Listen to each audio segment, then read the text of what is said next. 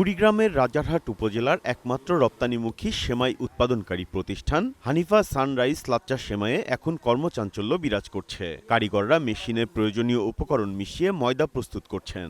এরপর সেই ময়দা থেকে তৈরি কাঁচা সেমাই কারখানার ছাদে শুকানো হচ্ছে।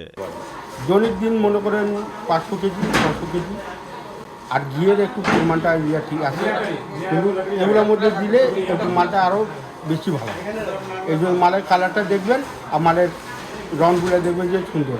সানরাইজ কারখানায় প্রতিদিন প্রায় 30 জন নারী ও পুরুষ শ্রমিক কাজ করে, কেউ মাসিক বেতনে, কেউ বা আবার দৈনিক মজুরিতে নিয়োজিত।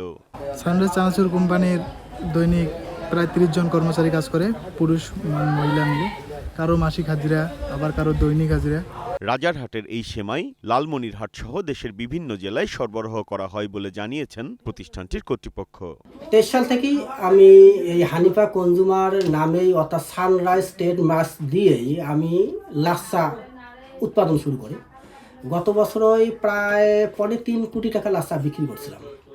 তা এবছর আশা করছি ওর তুলনায় একটু তো বেশি হবে, অর্থাৎ টার্গেট আছে আমার 3 কোটি প্লাস হবে। ঈদ যত ঘনিয়ে আসছে ততই বাড়ছে কারখানার কর্মব্যস্ততা। প্রত্যন্ত গ্রামাঞ্চলের এই উদ্যোগ স্থানীয় অর্থনীতিতে গুরুত্বপূর্ণ ভূমিকা রাখার পাশাপাশি কর্মসংস্থানের সুযোগও সৃষ্টি করছে। Biprajit Chanda, green news desk.